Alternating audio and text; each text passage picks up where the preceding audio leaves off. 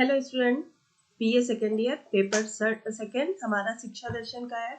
और हमारा अभी इससे पहले की वीडियो में हमारा टॉपिक चल रहा था न्याय दर्शन और शिक्षा क्या है।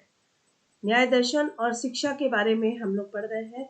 तो न्याय दर्शन और शिक्षा, न्याय दर्शन के बारे में उनकी जो मूलभूत सिद्धांत है उसे हमने अभी आपको बताया है कि न्याय दर्शन क्या है। तो हम सारांश रूप में एक बार हम फिर थोड़ा सा संक्षेप में उस चीज को समझ लेते हैं कि न्याय दर्शन जो है वो बौद्ध काल में इसका उल्लेख हमें न्याय दर्शन का मिलता है। न्याय दर्शन का जो सूत्रपात है वो महर्षि गौतम ने किया था।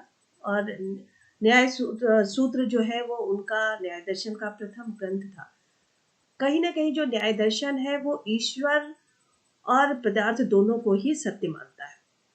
उनका न्याय दर्शन के अनुसार जो ईश्वर जो है वो इस संसार की रचना करने वाला है। ईश्वर ने ही पदार्थ को जन्म दिया है, ईश्वर ही मनुष्य को जन्म दिया है, उन्होंने ही मनुष्य को निर्मित किया है। और न्याय दर्शन के अनुसार जो मनुष्य जीवन का अंतिम उद्देश्य है वो मुक्ति प्राप्त करना है। न्याय दर्शन के अनुसार जो मनुष्य है वो अपने कर्म का फल भोगता है।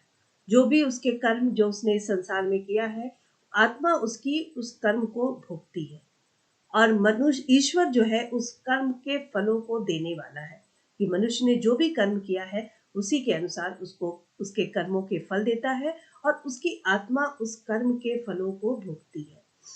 मनुष्य जीवन का अंतिम उद्देश्य उन्होंने मोक्ष प्राप्ति या मुक्ति माना है। और मुक्ति तभी संभव है जब मनुष्य जो है वो आत्म तत्व के ज्ञान को, ये वास्तविक स्वरूप को समझ सके, जन्म मृत्यु के जो वो विचार है उससे उसको उसके बंधन से मुक्त हो सके। यदि वो ईश्वर के अस्तित्व को स्वीकार करता है, जो भी सुख दुख है उससे यदि वो मुक्त होता है तभी उसे मुक्ति प्राप्त हो सकती है।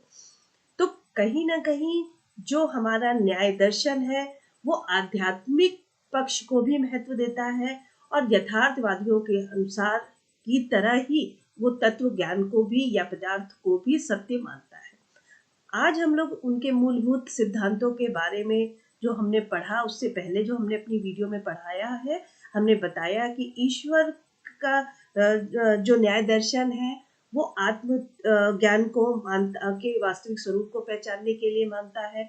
वो मानता है कि मनुष्य को आत्म ज्ञान तभी होगा जब योग साधना को वो सही माने। और योग साधना जो है वो तभी मनुष्य प्राप्त कर सकता है जब वो नैतिक आचरणों को प्राप्त कर सके। तो ये तो हमारे मूलभूत सिद्धांत थे। अब न्याय दर्शन के अनुसार शिक्षा कैसी होनी चाहिए, आज हम लोग इस टॉपिक को डिस्कस करते हैं। तो सबसे पहली चीज कि न्याय दर्शन के अनुसार शिक्षा कैसी होनी चाहिए या शिक्षा का जो अर्थ है वो क्या होना चाहिए। तो न्याय दर्शन ने शिक्षा के स्वरूप को तो पूरी तरह से स्पष्ट नहीं किया है, परंतु उसने उसके कार्य को अवश्य निश्चित किया है। उसके अनुसार वह शिक्षा के द्वारा मनुष्य को पदार्थ और आत्म तत्व का वास्तविक ज्ञान कराना चाहते हैं। वो चाहते हैं हमारी शिक्षा ऐसी हो जिससे मनुष्य को पदार्थ एवं आत्म तत्व का वास्तविक ज्ञान हो सके। इसके उनके वास्तविक ज्ञान के बाद ही वो जन्म मरण के बंधन से मुक्त हो सकता है, क्योंकि ईश्वर जो मनुष्य की जो अंतिम उद्देश्य है वो मुक्ति है। और जब वो उसे वास्तविक ज्ञान प्राप्त होगा, और वास्तविक ज्ञान वो किससे प्राप्त होगा? शिक्षा के द्वारा। और वास्तविक ज्ञान के बाद ही जन्म मरण के बंधन से वह मुक्त हो सकता है, सुख दुख के मुक्त बंधनों से मुक्त हो सकता है और तभी वो मुक्ति प्राप्त कर सकता है। तो न्याय के अनुसार शिक्षा वह प्रक्रिया है जो मनुष्य को पदार्थ एवं आत्म तत्व का सच्चा ज्ञान कराती है। ये तो उन्होंने शिक्षा के अर्थ या शिक्षा का संप्रत्यय बताया है कि शिक्षा का जो स्वरूप है वो कैसा होना चाहिए। दूसरी चीज उन्होंने शिक्षा के उद्देश्य के बारे में कहा कि शिक्षा का जो अंतिम उद्देश्य है वो मनुष्य को क्या है? मुक्ति दिलाना।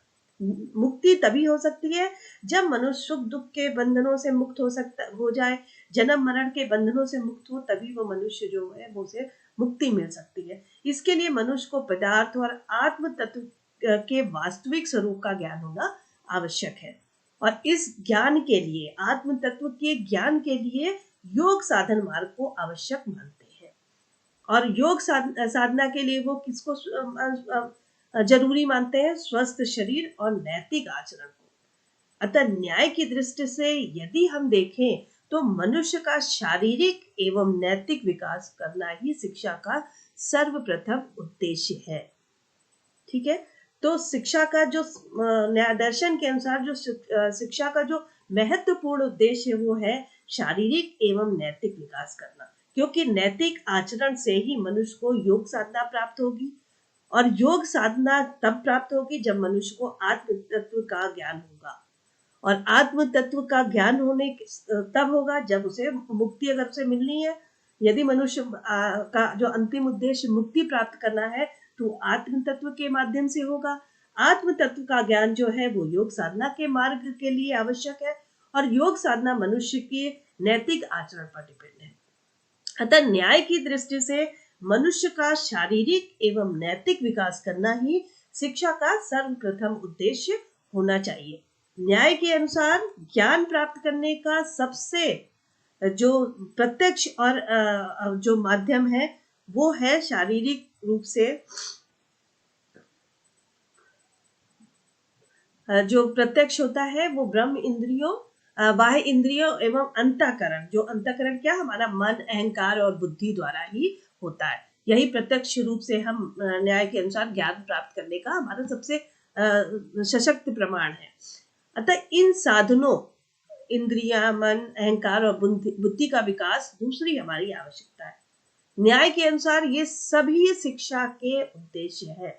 आज हम इन सभी शिक्षा के उद्देश्यों को क्रमबद्ध रूप में इस प्रकार कह सकते हैं कि जो हमारे न्याय दर्शन है उसमें शिक्षा का जो मुख्य उद्देश्य है वो क्या है, मुक्ति का उद्देश्य। यानी कि मुक्ति तभी मिलेगी जब मनुष्य जो है आत्म तत्व का ज्ञान उसे प्राप्त हो, मनुष्य को सुख दुख का जो ध्यान बंधन है उससे मुक्त हो, मनुष्य जो है जन्म मरण के बंधन से मुक्त होगा, तभी उसे मुक्ति प्राप्त होगी। और मुक्ति उसे तभी मिलेगी जब मनुष्य को आत्म तत्व का ज्ञान प्राप्त होगा। उसने इसके अलावा न्याय दर्शन के अनुसार शिक्षा का और उद्देश्य क्या है, सबसे पहली चीज की शारीरिक विकास का उद्देश्य, मनुष्य का शारीरिक विकास करना, उसकी जो कामेंद्रिया है, ज्ञानेंद्रिया है, उनका विकास करना, ताकि हम प्रत्यक्ष रूप से जो भी है हम सब चीजें अनुभव कर सके और हमारी ज्ञानेंद्रियों का विकास हो सके। उसके अलावा मानसिक विकास का उद्देश्य यानी कि मनस का विकास, विचार शक्ति का विकास, तर्क शक्ति का विकास, क्योंकि न्याय हमारी तर्क शक्ति के द्वारा ही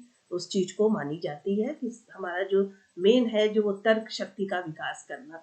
उसके अलावा बौद्धिक विकास का उद्देश्य भी हमारी न्याय दर्शन का उसकी शिक्षा का उद्देश्य है। न्याय दर्शन के अनुसार जो शिक्षा का उद्देश्य होना चाहिए वो बौद्धिक विकास का भी उद्देश्य होना चाहिए कि बुद्धि तत्व का विकास, उसे वस्तु जगत से हटाकर आत्म तत्व की ओर उन्मुख करना। उसके अलावा नैतिक विकास का उद्देश्य, नैतिक में सत्य, अहिंसा, अस्तेय, अपरिग्रह एवं ब्रह्मचर्य व्रत तथा शौच, संतोष, तप, स्वाध्याय एवं प्राणिधान नियमों का पालन करना, और यही हमारी नैतिक विकास का उद्देश्य है। उसके अलावा पदार्थों का वास्तविक ज्ञान, पदार्थों का वास्तविक ज्ञान क्या, वस्तु जगत का ज्ञान एवं उसका प्रयोग, कि कैसे भी जो वस्तु जगत है उसका हमारे उसकी हमें ज्ञान होना चाहिए, और उस वस्तु जगत का हम कैसे प्रयोग करें इसका भी ज्ञान होना चाहिए। यही हमारा वास्तविक ज्ञान है। तो ये थी हमारी शिक्षा का उद्देश्य। तो न्याय दर्शन के अनुसार अगर हम सारांश रूप में देखें तो हमारी शिक्षा का क्या उद्देश्य है, मुक्ति का उद्देश्य, शारीरिक विकास का उद्देश्य, मानसिक विकास का उद्देश्य, बौद्धिक विकास का उद्देश्य, नैतिक विकास का उद्देश्य, पदार्थों का वास्तविक ज्ञान, यही हमारी शिक्षा का उद्देश्य होना चाहिए। अब अगली चीज है कि शिक्षा का पाठ्यक्रम क्या करते, क्या के लिए न्याय दर्शन ने अपनी क्या विचारधारा रखी है। तो शिक्षा की जो पाठ्यचर्या है उसके बारे में न्याय दर्शन ये मानते हैं कि पाठ्यचर्या तो उद्देश्यों की प्राप्ति का साधन होती है। न्याय की दृष्टि से शारीरिक विकास के लिए पाठ्यचर्या में जब अगर हम सिलेबस का निर्माण करते हैं एक बच्चे की शिक्षा में, तो शारीरिक विकास को यदि हम ध्यान देते हैं तो आसन एवं व्यायाम और इंद्रिय प्रशिक्षण के लिए कार्य करने के स्वतंत्र अवसर देने चाहिए। यदि हम इंद्रियों का या कामेंद्रियों का या ज्ञानेंद्रियों का विकास करना हमारा उद्देश्य है तो उसके लिए हमें कार्य करने के स्वतंत्र अवसर बच्चों को देनी चाहिए। मानसिक एवं भौतिक विकास के लिए उन्होंने भाषा, साहित्य, गणित और तर्क शास्त्र आदि विषयों को विशेष महत्व दिया। शारीरिक विकास के लिए योग साधना को उन्होंने ज्ञानेंद्रियों के विकास के लिए बच्चों को स्वतंत्र रूप से कार्य करने के अवसर प्रदान किए दिया जाए, और यदि हम अपने बौद्धिक विकास के लिए हमें स्वतंत्र रूप से बच्चों का उन्होंने भौतिक विकास के लिए उन्होंने भाषा, साहित्य, गणित, तर्कशास्त्र आदि विषयों को महत्व दिया। उसके अलावा उन्होंने नैतिक विकास के लिए जो नैतिक दिनचर्या और योग क्रिया में प्रशिक्षण के लिए नित्य अभ्यास आवश्यक बताया। उन्होंने कहा एक बच्चे का नैतिक विकास तभी हो सकता है जब उसे नैतिक दिनचर्या और योग क्रिया में प्रशिक्षण के लिए रोज अभ्यास कराया जाए। न्याय के अनुसार इन्हें पाठचर्या में अनिवार्य रूप से रखना चाहिए। न्याय दर्शन के शिक्षा के पाठ्यक्रम में नैतिक विकास के लिए नैतिक दिनचर्या और योग क्रिया में प्रशिक्षण के लिए नित्य अभ्यास को आवश्यक मनाया, और उन्होंने कहा है कि इसे अनिवार्य रूप से रखना चाहिए। ये पाठचर्या के अभिन्न अंग होते हैं। पदार्थों के वास्तविक ज्ञान के लिए उन्होंने पाठ्यक्रम में या सिलेबस में भूगोल, खगोल और पदार्थ विज्ञान को भी रखना महत्वपूर्ण माना है। मनुष्य जीवन का अंतिम उद्देश्य मुक्ति प्राप्त करना, और उसके लिए मुक्ति के लिए आत्मज्ञान आवश्यक है। तो आत्मज्ञान के लिए उन्होंने न्याय दर्शन शब्द, वेदवाणी और योग क्रिया को आवश्यक मानते।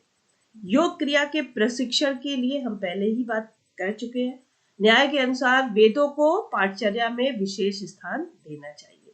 वेदवाणी और योग क्रिया को चूंकि वो आवश्यक मानते हैं, इसीलिए न्याय दर्शन के अनुसार जो सिलेबस है उसमें वेदों को पाठचर्या में विशेष स्थान देना चाहिए। इस प्रकार जो न्याय शिक्षा की जो पाठचर्या में भौतिक पदार्थों एवं क्रियाओं तथा आध्यात्मिक ज्ञान एवं क्रियाओं दोनों को महत्वपूर्ण स्थान दिया गया। इस प्रकार से हम कह सकते हैं जो शिक्षा के उद्देश्य है उन सभी उद्देश्यों को ध्यान में रखते हुए न्याय दर्शन ने शिक्षा के पाठ्यक्रम को स्थापित किया। धन्यवाद।